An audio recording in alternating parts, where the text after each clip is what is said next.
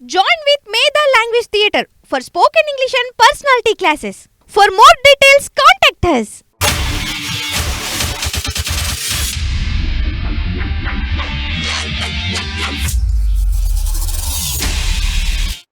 ఏపీలో భూసేకరణ చట్టానికి సంబంధించి అమరావతి భూసేకరణ చట్టానికి సంబంధించి పెద్ద ఎత్తున అనుమానాలకు తావిస్తున్నాయి. ఖచ్చితంగా అక్కడ రైతులను నిండా ముంచడానికే ఇక ఇప్పుడున్న ప్రస్తుత ఏపీ ప్రభుత్వం చూస్తూ ఉందంటూ కూడా, మరొక వైపు ఢిల్లీ లిక్కర్ స్కామ్, అదేవిధంగా అమరావతి భూసేకరణ చట్టం రెండూ ఒకటే అంటూ కూడా ఒక విషయాన్ని తెర మీదకి తీసుకొచ్చారు చింతా రాజశేఖర్ గారు. ఇక మనతో పాటు ఉన్నారు. అసలు ఢిల్లీ లిక్కర్ స్కామ్కి, అదేవిధంగా అమరావతి భూసేకరణ చట్టానికి సంబంధించి ఎందుకు ఈ డిఫరెన్స్, అంటే రెండు ఒకటే అంటున్నారు కదా, వీటన్నిటిపైన మనతో మాట్లాడడానికి సిద్ధంగా ఉన్నారు. అన్ని విషయాలు అడుగుదాం. నమస్తే అండి సార్. మీరు ఇంతకుముందే నేను ఒక వీడియో చూశాను, ఢిల్లీ లిక్కర్ స్కామ్ను అమరావతి భూసేకరణ ఈ రెండు ఒకటే అంటూ కూడా ఒక వీడియోను రిలీజ్ చేశారు. ఆ వీడియోకి సంబంధించి ఎందుకు లిక్కర్ స్కామ్కి దీనికి సంబంధం ఏంటి అసలు? ఇక్కడ ఢిల్లీ లిక్కర్ స్కామ్ అంటే ఒకసారి మనం చూద్దాం. 2022లో ఢిల్లీ ప్రభుత్వం ఒక ఎక్సైజ్ పాలసీని తీసుకొచ్చింది. అంతకుముందర ప్రైవేట్ డిస్ట్రిబ్యూటర్స్కి కమిషన్ ఏదైతే ఉందో అది 5% ఇచ్చేవారు. 5% ని తీసుకొచ్చి పెంచి 2.5% ఇవ్వాలని ఢిల్లీ ప్రభుత్వం ఒక ఎక్సైజ్ పాలసీని తయారు చేసి దాన్ని గవర్నర్ గారికి పంపించారు. పంపిస్తే గవర్నర్ దాన్ని తిప్పి పంపించారు.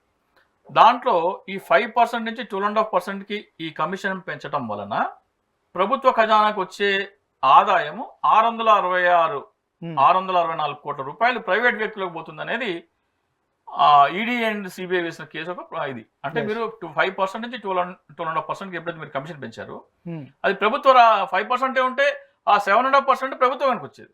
సో వాళ్ళ కమిషన్ పెంచడం వల్ల ఏమవుతుంది, ప్రభుత్వం ఈ ఆదాయాన్ని కోల్పోతుంది. కాబట్టి మీరు 664 కోట్ల రూపాయలు ప్రభుత్వానికి నష్టం చేకూర్చేందుకు ఒక చట్టం తీసుకొచ్చారు. కాబట్టి ప్రభుత్వ ఖజానాన్ని దోచుకునే చట్టంగా దాన్ని పరిగణిస్తూ అది అమల్లోకి రాలేదు.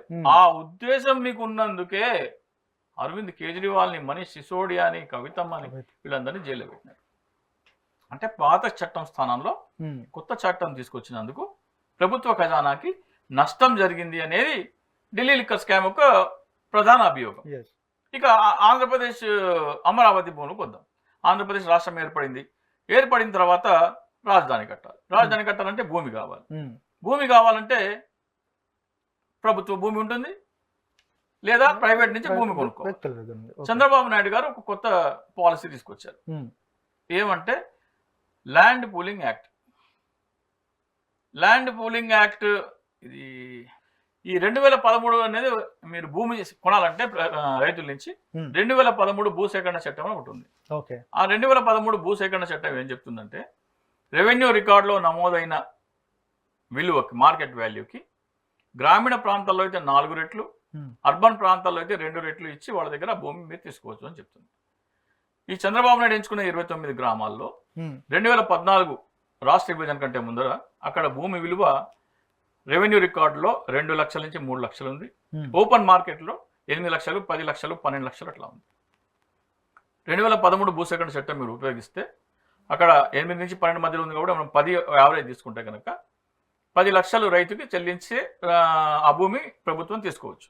మార్కెట్ విలువ కూడా 8, 10, 12 ఉంది. సో మీరు 2013 భూసేకరణ చట్టం అప్లై చేసినా మార్కెట్ వాల్యూకే వస్తుంది. మార్కెట్ వాల్యూకి ఎవరైనా సరే రైతులు భూమి అంటే ఇవ్వరు. ఆల్రెడీ నా దగ్గర ఎకరం 10 లక్షలు పోతుంటే నీకెందుకు ఇవ్వాలంటే ప్రభుత్వం ఒక 2-3 ప్రతిపాదనలు తీసుకురావాల్సింది. ఏంటి, మార్కెట్ వాల్యూ 10 లక్షల యావరేజ్ ఉంది కాబట్టి మేము ఎకరా 20 లక్షలకి మేము కట్టిస్తాం. 2013 భూసేకరణ చట్టం ప్రకారం అయితే మీరు నష్టపోతారు, దానికి డబుల్ మేము ఇస్తాము, ఎకరా 20 లక్షలు అని చెప్పి ఒక ప్రతిపాదన తీసుకొచ్చినట్టయితే ప్రభుత్వం సేకరించింది ఈ ల్యాండ్ పూలింగ్ ద్వారా 34,323 ఎకరాలు, 35,000 అనుకుందాం, 35,000 ఎకరాలు సేకరించింది అనుకుందాం. జస్ట్ మన క్యాల్కులేషన్ ఈజీగా ఉంటుంది, రౌండ్ ఫిగర్. 35,000 ఎకరాలకి ఎకరా 20 లక్షల చొప్పున మీరు రైతుకు చెల్లించినట్టయితే 100% రైతుతోని 7,000 కోట్లతో మీరు ఆ భూమి కొనగలిగేవారు. అంటే మీ దగ్గర ఉన్న చట్టం ఏంటి, 2013 భూసేకరణ చట్టం అనేది ఒక చట్టం ఉంది. దాని ద్వారా మీరు కొంటే 4,000 కోట్లకే మీరు భూమి కొనేయచ్చు. లేదు వాళ్ళు నష్టపోతారు రైతులు అనుకుంటే దానికి డబుల్ ఇస్తే 7,000 కోట్లతో కొనేయచ్చు. కానీ చంద్రబాబు నాయుడు తీసుకొచ్చిన కొత్త చట్టం ఏం చెప్తుందో చూద్దాం. చంద్రబాబు నాయుడు చెప్పిన కొత్త చట్టం ఏం చెప్తుందంటే ఒక రైతు ఎకరా భూమి ప్రభుత్వానికి ఇస్తే ప్రభుత్వము అతనికి 1000 గజాల రెసిడెన్షియల్ ప్లాట్ ఇస్తుంది, 200 గజాల కమర్షియల్ ప్లాట్ ఇస్తుంది ప్రభుత్వం. ఒక ఎకరంలో 4840 గజాలు ఉంటాయి. ఈ 1200 అంటే 1000 + 200 1200 గజాలు పోతే రైతుకి 25% అవుతుంది. అది 25% పోతే మిగిలింది 75%. 50% ఏమో రోడ్లు, పార్కులు, స్విమ్మింగ్ పూల్స్ కానీ, కమ్యూనిటీ హాల్స్ కానీ, దేవాలయాలు కానీ, పాఠశాలలు, విశ్వవిద్యాలయాలు, ఆసుపత్రులు, పేదలకి భూమి, ఇళ్ల పట్టాలు, వీటన్నిటి కోసం 50% రిజర్వ్ చేసినారు. 25% రైతులకి, 50% ఇది పోతే ఇంకా 25% ఉంటుంది.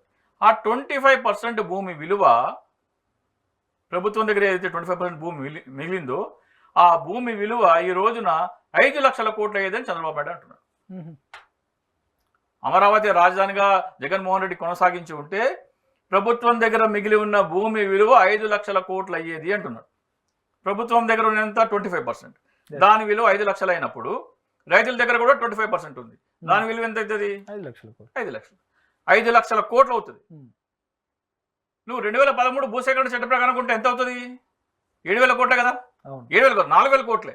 దానికి డబ్బులు ఇచ్చినా కానీ 7,000 కోట్లే. 7,000 కోట్లతో కొనగలిగిన భూమిని కొనకుండా రైతులకి 5 లక్షల కోట్ల విలువైన భూమి ఎందుకు ఇస్తున్నావు నువ్వు? అంటే ప్రభుత్వ ఖజానాకి 4,93,000 కోట్ల నష్టం, అవునా కాదా?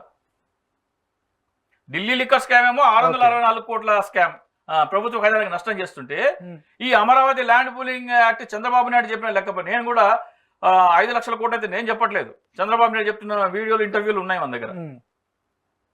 ఈ 25% భూమి విలువ 5 లక్షల కోట్లు చంద్రబాబు నాయుడు చెప్తున్నాడు, నేను చెప్పట్లేదు. ఈ రేషియో కూడా చంద్రబాబు నాయుడు ఇచ్చిన ల్యాండ్ పూలింగ్ యాక్టే చెప్తుంది. అన్ని చంద్రబాబు నాయుడు లెక్కలే, నా లెక్కలు కాదు ఇవి. మరి ప్రభుత్వ ఖజానాకి 4,93,000 కోట్ల నష్టం చేకూర్చిన చంద్రబాబు నాయుడు మీద ఈడీ కేసు లేదు, సిబిఐ కేసు లేదు, ఎంక్వైరీ లేదు, అరెస్ట్ లేదు, జైలు లేదు. అమల్లో ఉన్న చట్టం ఇది. అమల్లో చేద్దామనుకునే ఉద్దేశంతోనే 666 కోట్లకు వాళ్ళని జైల్లో పెట్టినావు కదా. ఇది అమల్లో ఉన్న చట్టానికి నువ్వు కేసు ఎందుకు లేదు? ఇంకొక విషయం అంటే, ఇంకొకటి ఏంటంటే, రైతులకి ఇది మేలు జరుగుతుంది కదా, భూమి విలువ పెరుగుతుంది, రైతులకు మేలు జరుగుతుంది. దీన్ని ఎందుకు మీరు అపోజ్ చేస్తా ఉన్నారు? అంటే ఏమంటే, మీరు 5 లక్షల కోట్లు రైతులకే పోతుంది కదా, వాళ్ళకి పోతే నష్టం ఏమంటున్నారు. అమరావతి అనేది ఇప్పుడు అక్కడ 29 గ్రామాల్లో ఎకరం 10 లక్షలు ఉందని. అక్కడ రాజధాని కట్టకపోతే దాని విలువ ఏం పెరగదు కదా, అంతే ఉంటుంది. అక్కడ మీరు ఏం కడుతున్నారు? సెక్రటేరియట్, హైకోర్టు, అసెంబ్లీ, ప్రభుత్వ మీద అన్ని భవనాలు, కేంద్ర రాష్ట్ర ప్రభుత్వ భవనాలు కడుతున్నారు. ఇవన్నీ ఎవరి సంపద? ఇవి ప్రజల సంపద. అంటే ఈ రైతుల భూమిలో 5 కోట్ల మంది ఆంధ్రప్రదేశ్ ప్రజల సంపద కడితేనే ఆ భూమి విలువ పెరుగుతుంది. 5 కోట్ల మంది ప్రజల సంపద అక్కడ కడితేనే ఆ భూమి విలువ పెరుగుతుంది. అక్కడ ఏమి కోహినూరు వజ్రాలు లేవు, బంగారు గనులు లేవు, ఏం లేవు. అక్కడ 5 కోట్ల మందికి చెందిన సంపద మీ భూమిలో కడితే మీ భూమి విలువ పెరిగితే లాభం ప్రజలకు పోవాలనా, మీకు పోవాలనా? మీది ఎకరము 10 లక్షలు అయితే 20 లక్షలు తీసుకోండి, మిగతా లాభం మొత్తం ప్రజలకు కదా పోవాలా? ప్రజల ఆస్తి కదా కట్టింది. అక్కడ ప్రజల ఆస్తి కట్టడం వల్ల కదా మీ భూమి విలువ పెరిగింది. మీది రూపాయి అయితే 2 రూపాయలు తీసుకోండి. లేదు నేను రైతునే, నేను వ్యవసాయమే చేస్తానంటే, ఇక్కడ ఎకరం ఉందనుకోండి భూమి, ఇదే పంటల భూమి రాజధాని బయట 2 ఎకరాలు తీసుకోండి, ఎకరానికి డబల్ వాల్యూ తీసుకోండి. లేదు ఇక్కడ ఎకరం ఇస్తున్నావు కదా, బయట 2 ఎకరాలు అడగండి. ఎవరు ఒప్పుకోలేదబ్బా. చంద్రబాబు నాయుడు ఒక పత్రికా ప్రకటన విడుదల చేయాలి. ఆంధ్రప్రదేశ్లో రాజధాని నిర్మాణానికి ఈ ప్రాంతాలలో 30 నుంచి 40 వేల ఎకరాలు సేకరిస్తున్నాము. ఈ ధరకి భూమి ఇచ్చేవాళ్ళు ఎవరన్నా ఉంటే ముందుకు రండి. ఆప్షన్ 1 ఎకరా 20 లక్షలు కట్టిస్తాము. ఆప్షన్ 2 మీకు ఎకరం ఉంటే బయట 2 ఎకరాలు ఇస్తాము. అంటే ఎవరు ముందు వస్తే, ఎక్కడ ప్రజల ముందుకు వస్తే అక్కడే కట్టాలి రాజధాని. ఇక్కడే ఎందుకు కట్టాలి? ఇక్కడే ఎందుకు కట్టాలంటే, రాజధాని ఆంధ్రప్రదేశ్ రాష్ట్ర విభజన సమయంలో గుంటూరు విజయవాడ మధ్యలో ఉన్న అతి చౌకైన భూములు ఇక్కడే. ఎకరం 8, 10, 12 లక్షలే. ఇక్కడే ఎందుకు సెలెక్ట్ చేసినా చెప్తా, అది కూడా చంద్రబాబు నాయుడు. మీ దగ్గర 1 కోటి రూపాయలు అనుకోండి, ఎకరా 30 లక్షలు ఎన్ని ఎకరాలు వస్తాయి మీకు? ఎకరం 30 లక్షలు అంటే 3 ఎకరాలు. 3 ఎకరాలు వస్తుంది. Yes. ఎకరం 10 అయితే ఎకరం 10 అయితే 10 10 ఎకరాలు. 10 ఎకరాలు వస్తుంది. అంటే మీ దగ్గర అతి తక్కువ డబ్బుతో అతి ఎక్కువైన భూమిని మీ కంట్రోల్లోకి తీసుకునేది ఇక్కడే. వేరే ఎక్కడన్నా గన్నవరం కానీ లేకపోతే ఆగిరిపల్లి కానీ ఎక్కడైతే చుట్టుపక్కల ఏరియాలు ఉన్నాయో అక్కడ ఎకరం 25, 30, 30, 40 దాకా ఉంది. అక్కడైతే మీరు ₹1,00,00,000 పెడితే 2-3 ఎకరాలు వస్తాయి. ఇక్కడైతే ₹1,00,00,000 పెడితే 10 ఎకరాలు వస్తాయి. అంటే మీ దగ్గర ఉన్న తక్కువ డబ్బుతో ఎక్కువ భూమి మీ కంట్రోల్లో పెట్టుకోవచ్చు. మీ కంట్రోల్లోకి తీసుకున్న తర్వాత రైతుల ముసుగులో మీరు దూరి ఈ భూములన్నీ కొనేసిన తర్వాత ఇక్కడ మీరు ఈ చట్టం తీసుకొచ్చినారు, ఏది ల్యాండ్ పూలింగ్ యాక్ట్ అని. అంటే మీరు ఎకరం 10-12 లక్షలకు కొన్న భూమి మీరు చంద్రబాబు నాయుడు చెప్పిన లెక్క ప్రకారము 5 లక్షల కోట్లు అయితే ఈ 34,000 ఎకరాలకి ఎకరం ఎంత పడుతుందో తెలుసా? రిటర్న్ 15 కోట్లు పడుతుంది, 14,50,00,000 పడుతుంది. అంటే నువ్వు 10 లక్షల భూమి, ఒక ఎకరా 10 లక్షల భూమి ప్రభుత్వానికి ఇస్తే ప్రభుత్వం నీకు ఇచ్చే డబ్బుతోని 150 ఎకరాలు కొనొచ్చు. ఒక ఎకరం భూమి ఇస్తే అదే 10 లక్షలు 150 ఎకరాలు కొనొచ్చు అమరావతికి. అంత పెద్ద స్కామ్ అది. ఎకరం ఇస్తే 2 ఎకరాలు ఇవ్వు. ప్రజల ఆస్తుల వల్ల భూమి విలువ పెరిగితే దానికి హక్కుదారు ప్రజలే. ఆంధ్రప్రదేశ్ ప్రజలకు పంచు. లేకపోతే ఈ భూమి విలువ 10 లక్షల నుంచి 15 కోట్లు పెరిగింది కదా, 5 లక్షల కోట్లు లాభం అంటున్నావు కదా. 5 లక్షల కోట్ల లాభం అంటే 5 కోట్ల మందికి మనిషికి ₹1,00,000 పంచి అయిపోయి అమరావతి డివిడెండ్ అని. ఆంధ్రప్రదేశ్ ప్రజల ఆస్తి కట్టడం వల్ల కదా భూమి విలువ పెరిగింది. దానివల్ల ప్రభుత్వ ఖజానాకి 5 లక్షల కోట్ల లాభం వచ్చింది అంటున్నావు కదా. మనిషికి 1,00,000 చొప్పున 5 కోట్ల మంది ప్రజలకి పంచేసాయి, ఒక కట్ ఆఫ్ డేట్ పెట్టుకొని. ప్రజల వల్ల ఆ భూమి విలువ పెరిగినప్పుడు దాని లాభం కూడా ప్రజలు హక్కుదారు అవుతారు. ఆ డివిడెండ్, అమరావతి డివిడెండ్ ప్రతి పౌరుడికి ₹1,00,000 చొప్పున డివిడెండ్ ఇవ్వపోని. లేదా ప్రభుత్వ ఖజానాలో 8 లక్షల కోట్లు 10 లక్షల కోట్లు అప్పులు తీర్చేసేయండి. ఇవి చేయకుండా రైతుల ముసుగులో దూరి రైతులు లాభపడాలని నువ్వు రైతులకు ఎందుకు కట్టబెడుతున్నావు? మీరు రైతండి. ఈ రోజున మీకు ఇక్కడ ఎకరం ఉంది, మీరు తీసుకొని 1200 ఎప్పుడైతే నాకు ప్లాట్ ఇవ్వమన్నారో మీరు అక్కడ వ్యవసాయం చేయట్లేదు, మీరు రైతు కాదు. ఏ రోజైతే నా ఎకరా భూమి తీసుకొని 1200 నాకు ప్లాట్ ఇవ్వమన్నారో మీరు రైతు ఎట్లయితారు? రియల్ ఎస్టేట్ వ్యాపారం అయిపోతారు. మీరు రైతు అయితే బాబు ఇక్కడ ఎకరం ఇస్తున్నా, నేను వ్యవసాయమే చేస్తా, నాకు బయట 2 ఎకరాలు, అప్పుడు మీరు రైతు. లేకపోతే మీరు రైతు కాదు. అంటే ఇంత స్కామ్ దాని ఉందని మీరు అంటున్నారు? ఈ స్కామ్ కాదు. ఇప్పుడు ఒక బ్యాంక్ ఉంది, చిన్న బ్యాంక్, చిన్న కింద ఏదో బ్యాంక్ XYZ బ్యాంక్ ఉంది. ఈ బ్యాంకును దోచుకోవడానికి ఇంకో బ్యాంకు పోయినా నేను ఫలానా బ్యాంకును దోచుకుంటా, నాకు అప్పు కావాలా అని అడిగితే ఆ బ్యాంక్ అప్పిస్తా అన్నదట. అమరావతి కూడా అట్లే ఉంది. ఈ 5 లక్షల కోట్ల దోపిడీ చేయడానికి ప్రపంచ బ్యాంక్ 15,000 కోట్ల రుణం ఇస్తుంది. మన దేశం ఎట్లా నడుస్తుందో చూడండి. 5 లక్షల కోట్ల దోపిడీకి కేంద్ర ప్రభుత్వ గ్యారంటీతో మీకు 15,000 కోట్ల రూపాయలు రుణం ఇస్తున్నారు. ఫ్యూజులు ఎగిరిపోతాయి దీన్ని స్టడీ చేస్తే. ఈ దోచుకున్న సొమ్ముకి క్యాపిటల్ గేస్ ఎగ్జామ్షన్ ఉంది. అంటే నువ్వు దోచుకున్న సొమ్ముకి నువ్వు ట్యాక్స్ కూడా కట్టక్కర్లేదు, ఫ్యూజులు ఎగిరిపోతున్నాయి. రైట్ అండి. ఇక ఇంకొకటి అప్పటి నుండి నేను అబ్జర్వ్ చేస్తా ఉన్నాను, ఆ బ్యాడ్జ్ ఏంది అసలు?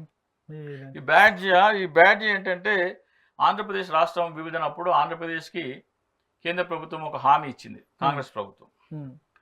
పరిశ్రమలన్నీ హైదరాబాద్ చుట్టూ తెలంగాణలో ఉండిపోతున్నాయి కాబట్టి ఆంధ్రప్రదేశ్లో పరిశ్రమలు లేవు కాబట్టి ఆంధ్రప్రదేశ్లో పరిశ్రమలు ఏర్పడాలంటే పారిశ్రామికవేత్తలను ఆకర్షించాలి. పారిశ్రామికవేత్తలు వాళ్ళు ఎందుకు పెడతారు? ఏ చెన్నైలోనో ముంబైలోనో తెలంగాణలో పెట్టాలనుకున్నప్పుడు ఆంధ్రప్రదేశ్ ఎందుకు వచ్చి పెడతారు? పెట్టాలంటే వాళ్ళకి ఏమి ఇవ్వాలి? ట్యాక్స్ ఇన్సెంటివ్స్ ఇవ్వాలి. ఆ ట్యాక్స్ ఇన్సెంటివ్స్ ప్రత్యేక హోదా అన్నారు. ఆ ప్రత్యేక హోదా ఇవ్వడం వలన ఇతర రాష్ట్రాల్లో పరిశ్రమలు పెట్టాలనుకున్న వాళ్ళు వచ్చి ఆంధ్రప్రదేశ్లో పరిశ్రమలు పెడితే ఆంధ్రప్రదేశ్లో యువతకి ఉద్యోగ ఉపాధి అవకాశాలు వేగంగా కలుగుతాయి అనేది మెయిన్ ఇంటెన్షన్. కాంగ్రెస్ ప్రభుత్వం 5 సంవత్సరాలు ప్రతిపాదిస్తే భారతీయ జనతా పార్టీ నరేంద్ర మోడీ వచ్చి వాళ్ళు 5 ఇస్తాను, నేను 10 ఇస్తా అని చెప్పి పోయినాక 2 సంవత్సరాలు అయినాక ఆయన అసలు రంగు బయట పెట్టినాడు. ఇచ్చేది లేదన్నాడు. ఎందుకు ఇచ్చేది లేదంటే ఇతర రాష్ట్రాల అభ్యంతరాలు చెప్తున్నాయి అన్నాడు. ఇతర రాష్ట్రాలని ప్రజల మనోభావాలకి ప్రజల ఆకాంక్షలకి వ్యతిరేకంగా రాష్ట్ర విభజన జరగలేదు. ఆంధ్రప్రదేశ్ రాష్ట్ర తెలంగాణ రాష్ట్ర ఏర్పాటు ఆంధ్రప్రదేశ్ రాష్ట్ర ప్రజల మనోభావాలకి వ్యతిరేకంగా ఆర్టికల్ 3 ప్రకారం జరిగింది. ఓకే. సో ఆంధ్రప్రదేశ్కి నష్టం చేకూర్చిన చట్టం అది. ఈ ప్రత్యేక హోదా అనేది నష్టపరిహారం. ఆంధ్రప్రదేశ్కి ఉద్యోగ ఉపాధి వ్యాపార అవకాశాలన్నీ తెలంగాణలో ఉండిపోయినాయి కాబట్టి ఆంధ్రప్రదేశ్ నష్టపోయింది కాబట్టి ఆ పరిశ్రమల ఏర్పాటు అంతా మొత్తం మళ్ళీ ఆంధ్రప్రదేశ్లో జరగాలంటే ట్యాక్స్ ఇన్సెంటివ్ అంటే ప్రత్యేక హోదా ఇస్తేనే సాధ్యం కాబట్టి ఇస్తాన్న నష్టపరిహారము. ఒక విధంగా ఒక మనిషి చనిపోతే అతనికి ఇన్సూరెన్స్ పాలసీ చేసుకుంటే ₹1 కోటి ఇన్సూరెన్స్ పాలసీ చేసుకున్న ఒక వ్యక్తి అతను చనిపోయినాడు. చనిపోతే అతనికి ఇవ్వాల్సిన పాలసీ ఇవ్వక్కర్లేదు అంటున్నారు. మీ చుట్టాలను అడిగి తెచ్చుకో, నీ బతుకు నువ్వే బతుకున్నట్టుంది ఇది. సో అది ప్రజలకి అది అర్థం కావట్లేదు. అయితే నేను 10 సంవత్సరాలు అయినా సరే నేను మాత్రం అడుగుతూనే ఉంటా. ఏ పనిలో ఉన్నా కానీ నాకు ప్రత్యేక హోదా కావాలనేది నా ఆకాంక్ష. అది నేను ఏ పనిలో ఉన్న బ్యాడ్జ్ పెట్టుకున్నాను అనుకోండి, ఇప్పుడు నేను మీతో మా ఇంటర్వ్యూ ఇస్తున్నాను కానీ ప్రత్యేక హోదా కావాలనేది బ్యాడ్జ్ మాట్లాడుతుంది. ఈ కార్యాచరణ 5 కోట్ల మంది చేస్తే ఖచ్చితంగా ఆంధ్రప్రదేశ్కి ప్రత్యేక హోదా వస్తుంది. ఈ 5 కోట్ల మంది బ్యాడ్జీలు పెట్టుకున్నారంటే నువ్వు నాకు ప్రత్యేక హోదా ఇవ్వకపోతే నేను నీకు ఓటు వేయననే వార్నింగ్ ఇది. ఓకే. ఏంటంటే నువ్వు నాకు ప్రత్యేక హోదా ఇవ్వకపోతే నేను నీకు ఓటు వేయను అనే వార్నింగ్ ఇది. ఇది 5 కోట్ల మంది పెట్టుకుంటే ఎవరికి ఓటు రావు. ఉద్యమం అవుతుంది. ఉద్యమం అవుతుంది. అదొక సింప్లిఫైడ్ మౌన ఉద్యమం అనమాట. థ్యాంక్ యూ అండి. నిజంగా అంటే మీరు అన్నట్టుగా ప్రత్యేక హోదాకు సంబంధించి ఒక ఉద్యమం లాగానే చేస్తున్నారు అనేది అర్థమైపోతుంది. సరే, మొత్తానికి ప్రత్యేక హోదా విషయానికి సంబంధించి ఖచ్చితంగా కేంద్ర ప్రభుత్వం ఇచ్చిన మాటను నిలబెట్టుకోవాలంటున్నారు రాజశేఖర్ గారు. ఇది ఈరోజు రియాలిటీ చెక్. మరొక రియాలిటీ చెక్తో మళ్ళీ కలుద్దాం. నేను మీ ప్రశాంత్.